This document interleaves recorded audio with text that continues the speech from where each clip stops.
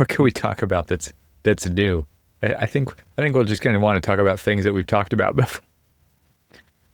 The number of how many distractions do you have? How many apps do you have open? How much sleep are you running on? I got a fresh cup of coffee right here. What time is it? It's almost 5 p.m. You got a fizzy pop. Actually, funny enough, as I was getting ready to prep for coming in to record, I was thinking, oh, I've got coffee left over. I'll go down and make myself an iced coffee. Right as I get downstairs, my wife's pouring it down. I'm like, refill the IV bag. That was my lifeblood. Where'd it go? Get me a caffeine drip stat. So I was on a factory tour last week. Factory of what? Factory of glass. Oh, look at you getting out, yes. Getting out and seeing how things are made. Out and seeing things. Well, specifically, I was going to review a replacement glass for our vestibule at one of my projects that had an inner layer and printing and everything else on it, and the inner layer of the first glass that was shipped to us started to kind of like pull in. So when you had like a butt glazed system, it started to peel away. And so you saw like little gaps in the inner layer, which it wasn't supposed to. It was supposed to look seamless and smooth straight across. Nobody's really quite sure how or why that happened. But then as we were all reviewing it in place, we rejected that glass there. And so but also the printed image on there was smaller than what the shop drawings called for, like considerably smaller. And so in this big, ginormous space, this text was supposed to actually be reasonably large, and it was not. So fast forward to last week, we're reviewing it again. Different shop, different glass manufacturer. Everything looked perfect. Except the text was the same size as the rejected one. Didn't get the memo. We feel like there may have been the art that was supposed to be sent to the manufacturer was the wrong file again. Or when somebody was converting it from the vector file that we provided to a PDF print file for the manufacturer, somebody might have hit scale to fit or something, which would have reduced it down. We're not quite sure. But yeah, a lot of people showed up to inspect and review this, and it was a pretty quick meeting and this was in Canada. So we had to go to Canada to look at this, and then unfortunately we had to walk away rejecting it again. Wow. Yeah. That seems like a unfortunate series of events. It is. And like, can't somebody just send a picture first and say, like, do we need to go actually do a visit? Well, we were inspecting the whole thing because they were getting ready to ship it. And we made the arrangement with them previously that we want to inspect it before we physically inspect it.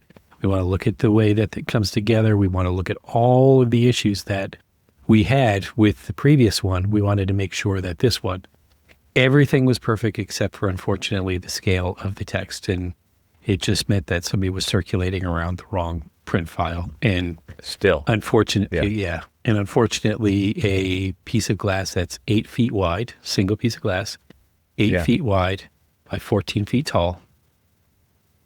That's a big piece of glass. It's a big piece of glass. They could do something with that. They don't need to throw it away. Well, just strap it to the top of your Jeep and you could drive it home and use it for something. I'd fly away. Yeah. No, it's a rain shield. I don't know. There something. You go. Exactly. So you say, like, I took a trip to Canada. Obviously, Canada's closer to you than it is to me. Yes. But of course you drove because that's what you do. Well, my last week was I drove from Detroit to Baltimore, we're punching the building out in stages. And so the next phase of things were ready to punch. And so I went out and helped the team because there was a lot more than like they normally, usually staggered enough where the on-site team can handle it all. Yeah. But because we're getting to the end and they're trying to pile everything in there and say, okay, Evan, you could punch like 5 floors in a day. Here's your right? deadline tomorrow. You got 24 hours. Exactly. Right? So time's ticking. Building's got to open. And nobody wants to get blamed for delays. This always happens. It's like you run up against that end deadline, and it's like, hurry up and punch the building. And then, okay, you do that. And they still don't take care of the punch list items because the building's got to open. And then they got to go at night. Like, it's such a mess. What do you expect Punch Ready to actually be when you would go to see something? What is Punch Ready? Punch Ready should actually be like here we did what was on the plans. That's what Punch Ready should be. Yeah. And to we looked at it and there's no scrapes or scratches or dirts or right. No, it's ready for occupancy. That's what Punch Ready is. Yeah. Or maybe not so much. Not so much usually. Or not so much. And so then I went from there to then started heading north from Baltimore later in the week to head towards Toronto, which actually I was at first told, oh, yes, it's just outside of Toronto. Yeah, 2 hours north outside of Toronto. So not only is it from Baltimore to Toronto that I was looking at was a 9-hour drive. Well, tack on a few more.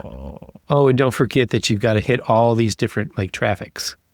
That's cool. You've got full self-driving, right? You can get work done well. Absolutely. Yeah. Yeah. You're a bleeding edge technologist. Regret it every second. I'm like, wait, why? Why did I choose to drive? Then to find out the text is too small. Yes. Only to find out that the text is too small. Just to find out you actually have to reject it. Because you did receive a few images from last week on my drive. I decided you squeezed a few extra things in. If I'm gonna be handed lemons, I am gonna make lemonade. And I did. I made some. Look at you. I made some Frank Lloyd Wright and Louis Sullivan lemonade. I got to see the Darwin Martin House. Which is where? Which is in Buffalo, New York, just at the border of Canada and the US of A. And went and said, hey, I've still got time. And literally caught the very last tour right before I crossed the border. Nice way to break up a drive. Absolutely. Cool. And then I'm like, what? It is 12 minutes from that house to the Guarantee Building, Prudential Building, whatever it was originally, the Louis Sullivan Building in downtown Buffalo. And so I got a chance to go see that, which he's pretty high up there on my favorites list. Mm-hmm. I mean, he shares the number one spot. As you know, I always call my number one is Louis or Louis. I was going to say, how many number ones are there in your... There's two number ones. 2 number ones. Louis and Louis. Now, I've now found out that I cycle through 2 through 5 in my top 5 list, that sometimes it's this person or that person or this person. Yeah. Ooh, don't forget about this. It's like, don't forget about that guy. Depends on which way the wind's blowing. Okay, so don't mention the other name of the other Louis. Our listeners should all leave a comment on the YouTube video for this episode and tell us, who is Cormac talking about? Let's play a little bit of Jeopardy here. Yeah. Because is it Louis? Where is it? Got to provide a last name, listeners. Who's he talking about? What? I'm not going to say it. Yeah, good. But there will be hints. There will be hints. There have been hints. If you're a loyal listener of the Archispeak podcasts, then you will know the answer to this pretty almost immediately. Who can be the first? I want to know who's going to be the first person to comment on the Archispeak podcast episode post for this episode that goes on to LinkedIn. Not my post about it, not Cormac's post about it, the actual Archispeak podcast page's post about it, which is full transparency, an automated post. It's very short. It's just like, hey, we did something. And here's how you can know about it. That's the post we'll use as the test to see who can be the first. Get a shout out on the next episode. How about there that? There we go. And like that. You and I are so everybody who sees the right answer there. I mean, maybe the wrong answer is there. It's got to be the right answer, the first right answer. And if you see them, I mean, yeah, you might as well not even comment if you missed the boat. But there you go. I'm just gonna throw it out there. But what was fun about that? So as we're talking, and they're just like, they asked me, they were like, "What?" You know, because I was like the last person in there and practically the only person left walking through the building. All of the docents that were in there, they're all volunteers, and that I volunteer for something every year, which will be coming up in about a month for me for another volunteer where I'll be volunteering at the Frank Lloyd Wright House and Studio in Chicago, Illinois. Ooh. At the Wright Plus event. So anybody, because that's just a jaunt from you. It's just it's about compared to driving 2 hours north of Toronto. It is. Yeah. It is. Chicago is the exact same distance and time away from me from Toronto. So from where you are now, from where I am now, which is how far from where you are now? It's not 11 hours. I'm right here. You were in Baltimore. I know you were there. How far is it from you? Well, so in both directions, it's 4 hours to Toronto, 4 hours to Chicago. Okay. The lengths you will go to volunteer for architectural nerdery. Exactly. 4 hours, easy. That was an easy yes for you. Exactly. 4 hours? Sure. I'll be there. No problem. When you need me to be there, I'll be there. I mean, the crappy thing is, if you were going to fly to Chicago from Detroit, it would take just the same amount of time. Absolutely, because I'd have to get to the airport, welcome to the airport circus, and funny enough, all the security theater and all the time you got to be there headed. What a mess. With everything going on now, to be quite honest with you, that's probably one of the reasons why I kind of avoided flying this time is because everything at Detroit Airport, at BWI in Baltimore, they were just messes. So honestly, I kind of wanted to avoid it and make that. I mean, I regretted it because I got an old crappy car that didn't have heated seats or anything else and no real luxury. I mean, come on. But at least you weren't putting more miles on your car. True. I am now refusing to do that. If it's traveling for work, I will rent a car. How long did it take you to refuse to do that? 10 years. 10 years. Jeez. Okay. Or more. Just 10 years for here. Okay, so tell us about this Frankie Lloyd Wright house that you visited. Well, one of the interesting things about it was, so like I kind of came in and they're like, "Well, are you familiar with Frank Lloyd Wright and his work and stuff like that?" And then, of course, I had to go all geek out and stuff. And by the end of my tour, I was teaching all of the docents, and I literally had 5 ladies, which is fair, like they're volunteers, right? All circled around me, and we're sitting here having this great conversation about architecture. And here I am, like espousing all of my nerddom, like Uncle Cormac. Yeah. Come on now, gather around the fire. Let's pull up a chair. Pull up a stump. We're going to be here a while. Yeah, pull up a stump. And it was just like, I apologize. I know that you're done for the day. I'll leave you all alone. But no. You have some things to learn. Let me. No. They were like, no. This is interesting. We're like, okay. Well, you can't refuse that either. Yeah. It's like when I volunteer at this Wright event, I'm probably going to be reminded that this is timed events in tours, and they need to cycle through. It's like falling water. You got to keep moving. Yeah. You got to kind of keep moving. And I think I told you, like last year's event, they kept doing this to one of the volunteers. They kept doing this. They're like, "Come on, move it, keep going." Stop talking over there, motor mouth. Yeah. And guess who that was? I directed that exactly in your direction. Yes, it was me. Like, how are you going to like architectural nerd professor and just love to sit and spin yarns about like architects and all this other stuff. And here I am, and like all the people wanted to hear it, so I gave people what they wanted. I feel like some money we're leaving on the table here is what kind of AI images can be generated from these kinds of stories that are shared. I can just imagine. I mean, you've said so many key phrases so far. Pull up a stump, to listen to Uncle Cormac talk about Frank Lloyd Wright. I mean, you've got this pointing at the watch, like, settle down over there. It's time to keep moving, Mr. Like, I could just see our audience has such amazing content. Are you really going to unleash them on me? I feel like I think you just did. You just did. Thanks. Tag Cormac in these. It would be fantastic. There's so much good stuff here. Yeah.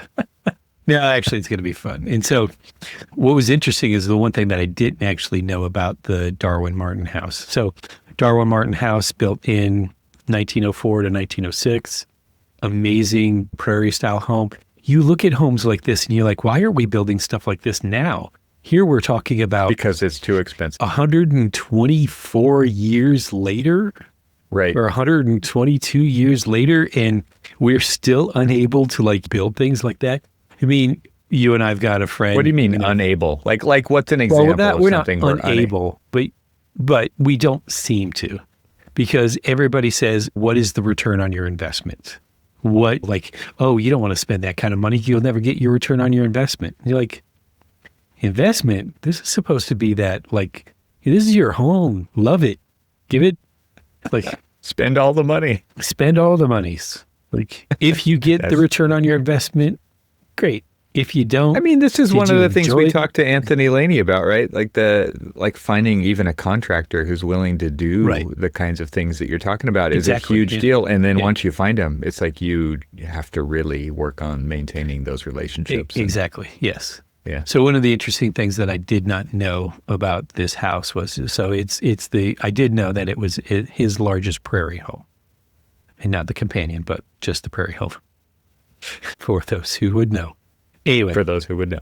But that was a reference. There was about 50% of what's there now was not there when the foundation and the university took it over. And they've spent millions of dollars doing a careful restoration, renovation, and recreation of the full Darwin house. Is that because the original contractor never finished their punch list items? True. They said that it fell into quite disrepair. It was basically abandoned for years. It was slated for demolition, which just would have been an absolute shame, because, I mean, it is absolutely amazing. And I have not posted yet to my Instagram, so it'll be a latergram. But I will post before this. I don't know if you know this, Cormac, but Instagram is now strictly a video sharing platform. No more pictures allowed. Yeah, well. I mean, people on Instagram, I was not allowed to take pictures. This is another one of those Frank Lloyd Wright houses that you're not allowed to take pictures inside. Mm-hmm. And I was just like, because the flash on your phone that you're not going to use is going to ruin something, or what? I don't know. I don't know why. What the reason it is literally one of those things that for some reason I start to go borderline care. Really? Why can't I take pictures? Actually, I joked with. I was joking with them. I'm like, they're like, nope, can't take any pictures. I'm like, oh, no, trust me, I understand. I'm like, did you guys ever notice that over there? And everybody looked to look over. And I was just like holding my phone when they turned back. I'm like, it's not on, but it could have been.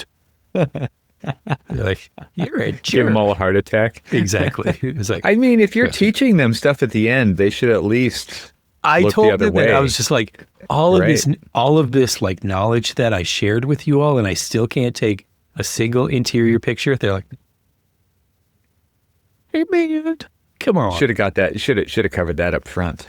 Yeah, hey, here's what we'll do. I'll do this if you'll let me. I will spin some yarn. Pull up a stump. Get my little corncob pipe and tell you a story. So what are some examples of the things that we don't build nowadays that you saw examples of? So, okay. I'm glad you actually brought up Anthony Laney's that episode, because, I mean, I can retract that statement and say, no, we do. but it's a small percentage of But it's a very small, it is a very small percentage of we. And even though these were houses that were obviously out of the reach of the common home buyer, even back in the day, we still build at that level of craftsmanship for a level of home buyer that is not the common home buyer. And so it's interesting in a way, in a shameful way, I guess, that we're unable to try to figure out a way to kind of make some of like these higher end details more affordable. Now we could say for instance, you live in a house, you just moved into a house, and you're thinking to yourself, hey, I'd really like to zhuzh this up some. And you could go to Home Depot and buy some detailings and spray paint them gold, and then just like plaster them all over the walls. And then you I don't know if you can buy that stuff at Home Depot. But you can buy it at the thrift store. You could buy it at the No, some of those things that I'm referring to of a specific house that I've seen that more recently happened to. Oh, you're throwing shade. I hear you. Okay. Is definitely 100% a Home Depot thing, because I was thinking Michael's or Hobby Lobby. Like you buy some, that's maybe all of those would all of those would make sense too. But these are definitely some wood trim. Just okay, but like let's throw Frank Gehry into the rug right now and talk about his residence in Santa Monica, like the OG Frank Gehry remodel with the chain link fence and his comments about.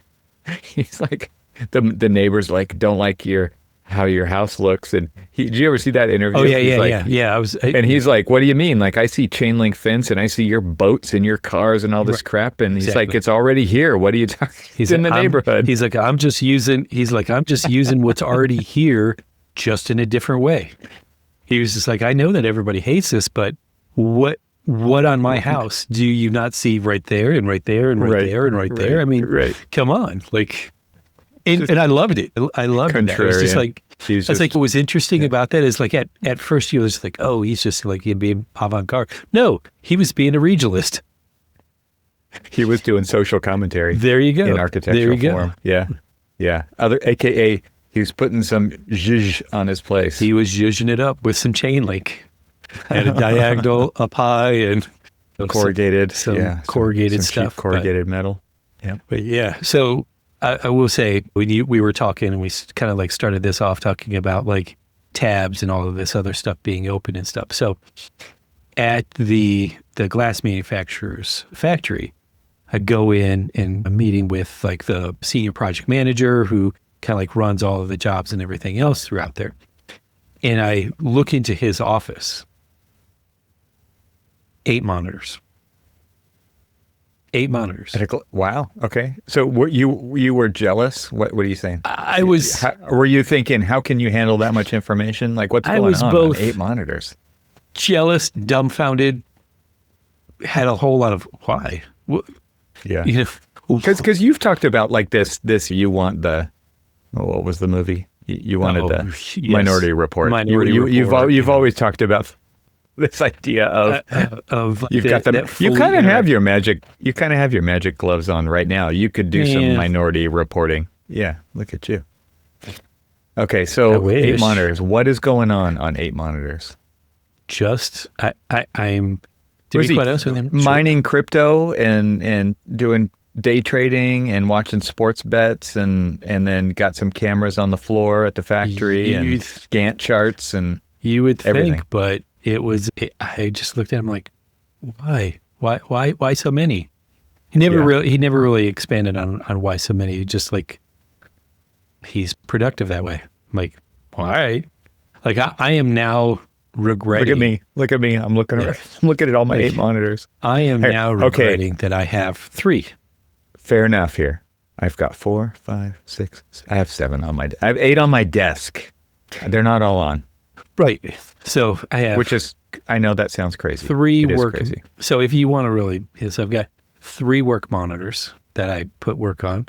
Then I have an iPad on a stand that if I need to do something like, I don't know, Netflix or whatever. I mean, work. Did I pronounce that wrong? How do you say it?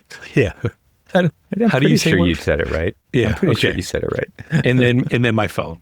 So like if we want to talk about I didn't even count the phone. Yeah. Didn't even count that. Then now you have what, 9? I didn't count the iPad either. Jeez.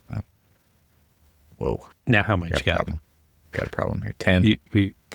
I just hate it. I didn't count the little screens on the cameras. I don't think those really count as one of the things that I saw at this factory, and I should drop the name of the factory, but then the problem is that the one thing that I'm about to start talking about, they said they will never do again or don't want to do.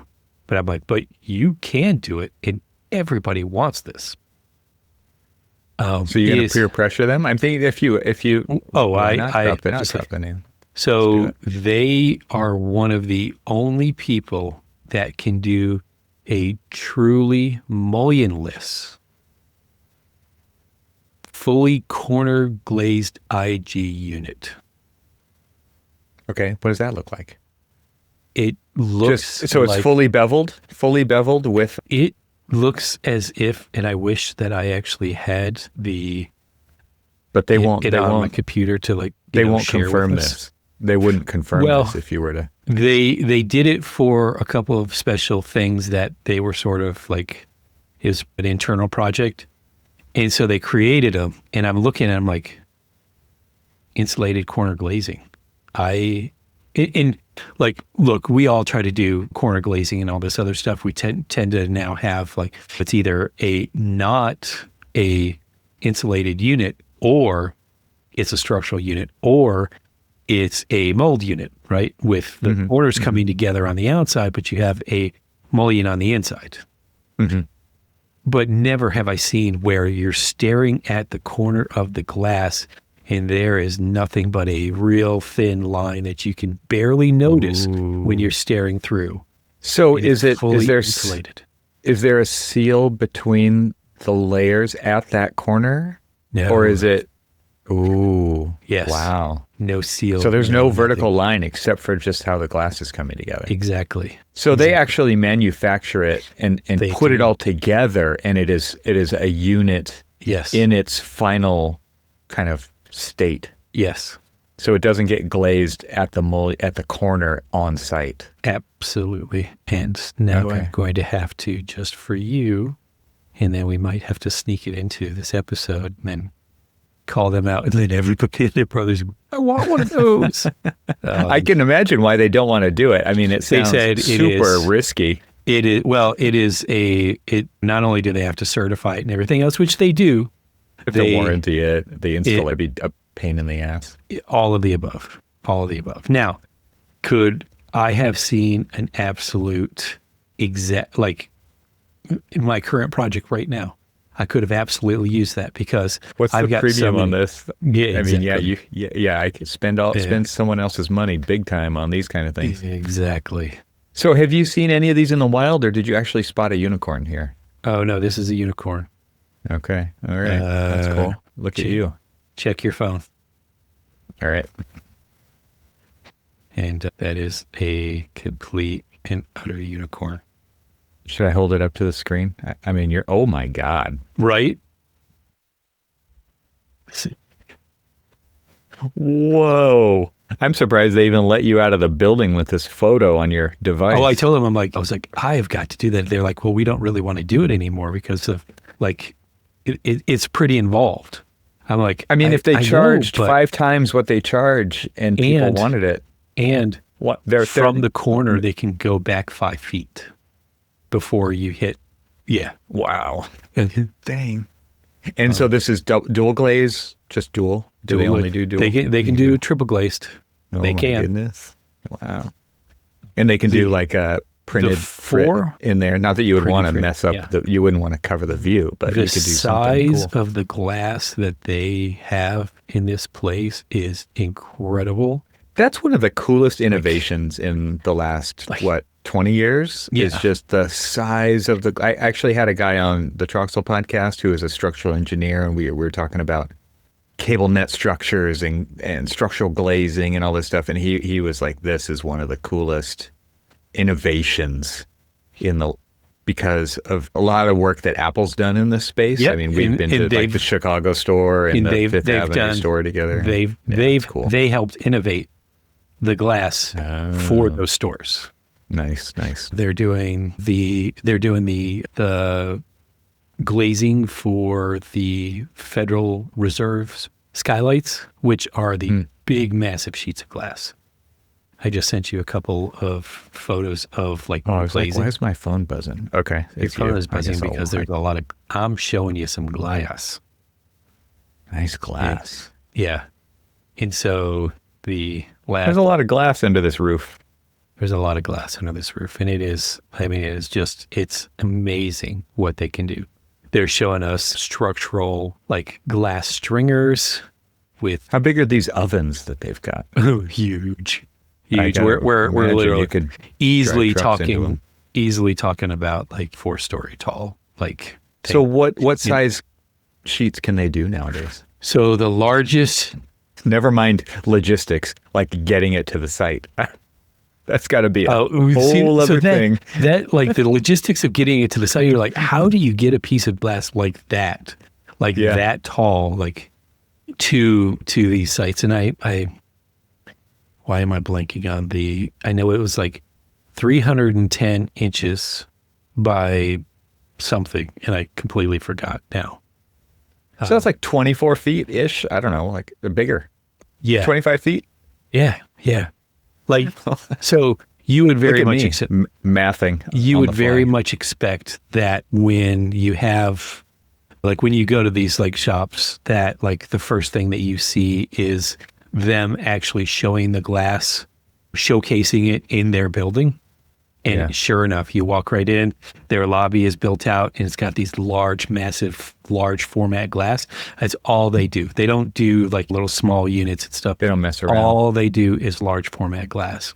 And it is incredible what they can do. There's got to be some huge amount of pride in that kind of work, right? When you're really pushing the boundaries of a material, I mean, there's got to be a lot of, I mean, you got to show it off. That's cool. Yeah, so I might as well go ahead and give them a shout out. It's AG Nora.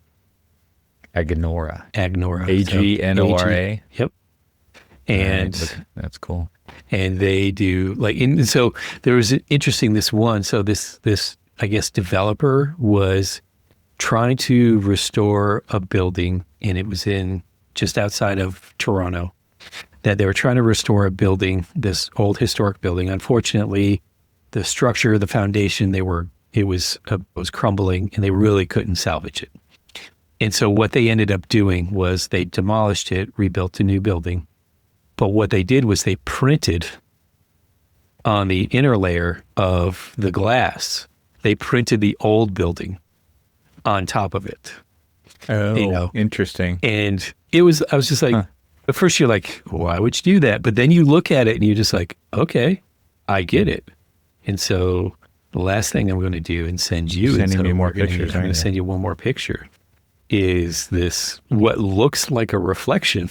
That's cool. So now everybody who's listening to this is going to need to see all of these. They really should have matched up the modules. I mean, they kind of did. Oh, they please. I mean, don't get me wrong. I said the same thing, but just come on. But then you really thought about it. Yeah. Okay, so I guess we have to put a couple images in the show notes for the episode. We're going to have to put a couple of images. So as you, like, here's their, like, lobby space. As you walk into their lobby space, there's, again, this one big sheet of glass. Yeah. There's no joint, no nothing, no anything. That's nice. That's nice. And you should remind the listeners where they can find show notes for our episodes that would include pictures like we're talking about.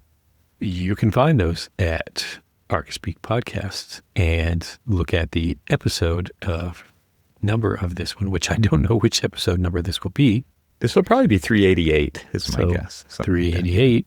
And you will find show notes along with photographs and things like that. And if I was prepared enough, I would have probably shared my screen a little bit.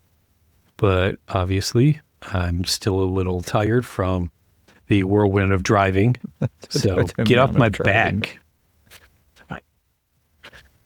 Hey, geez. Archispeakpodcast.com. You forgot the .com part because you got to tell people that it's an internet address. Yeah. That is true. Archispeak.com. Archispeakpodcast.com. Look at how tired you are. Jeez, put you to bed. Do not listen to me. Which pretty much you don't anyway. I get it. I mean, how could they not? You talk the whole time. I know. That is true. Is Uncle Cormac done yet? Nope. It turns out he could still talking over there. Still got some yards to spin. But seriously, why 8 monitors? Why? That seems like over. Like I said, I have a lot of monitors here. But these are like. But they're not all even. I don't use them. Monitor. That's ridiculous. And that's not. But I mean, that's what it costs to do innovation. You got to have 8 monitors. You want to do Why isn't it? Why can't they innovate these monitors and make one giant? I mean, you can buy a big TV, but a TV is not a monitor. But the whole thing about it is you want the partitioning of like all of that. You can do that on like the smaller ones that do like where you can have like 3 monitors on like that the long curved one. No thanks. But that's still, Maybe I just don't have experience enough with those to see the value, but I every time I see those, I think, no thanks. Yeah. You know why? I like cheap monitors because I can replace them with another one that's cheap. Cheap monitor. Yeah. Because so you can spend more time and money on the guitars behind your head. Yeah, exactly. Right? I mean priorities, right? Priorities. That and a conversion. And a camper and conversion. Tools and toolboxes and things like that. Yeah. Toolboxes. Yeah, we should talk about that maybe on the next episode. We can talk about stuff I've been doing away from the computer. Step away from the computer. Like mowing grass and weed whacking, getting poison oak. I was going to say. No, actually other fun stuff. 'Tis the season. Have you started with your poison oak adventure? Yeah. Oh, for sure. I've got it like three times already. Yeah. There's an insane amount of poison oak here this year. It's like a bumper crop of poison oak. This is our first real week where we've spent mostly the entire week over 50 degrees. Oh, so we've had a lot of rain this week, which is weird. We thought that spring was over. It really was feeling like summer already, and now we're solidly back into spring. So that's good because it's definitely not summer yet. Yeah, we're really hoping that we don't go from the winter to jumping right into summer. Yeah, because that always sucks. Yes, especially on the West Coast, drought coast. But you guys don't have humidity, right? It's a dry heat. We have more humidity here, but yeah, it's really dry. I was kidding. We have more than we used to have in Southern California, humidity. We've got 30 to 40% here. We're down there. We had very little. But it's still a dry heat. We get all the humidities here. Yuck. Gross.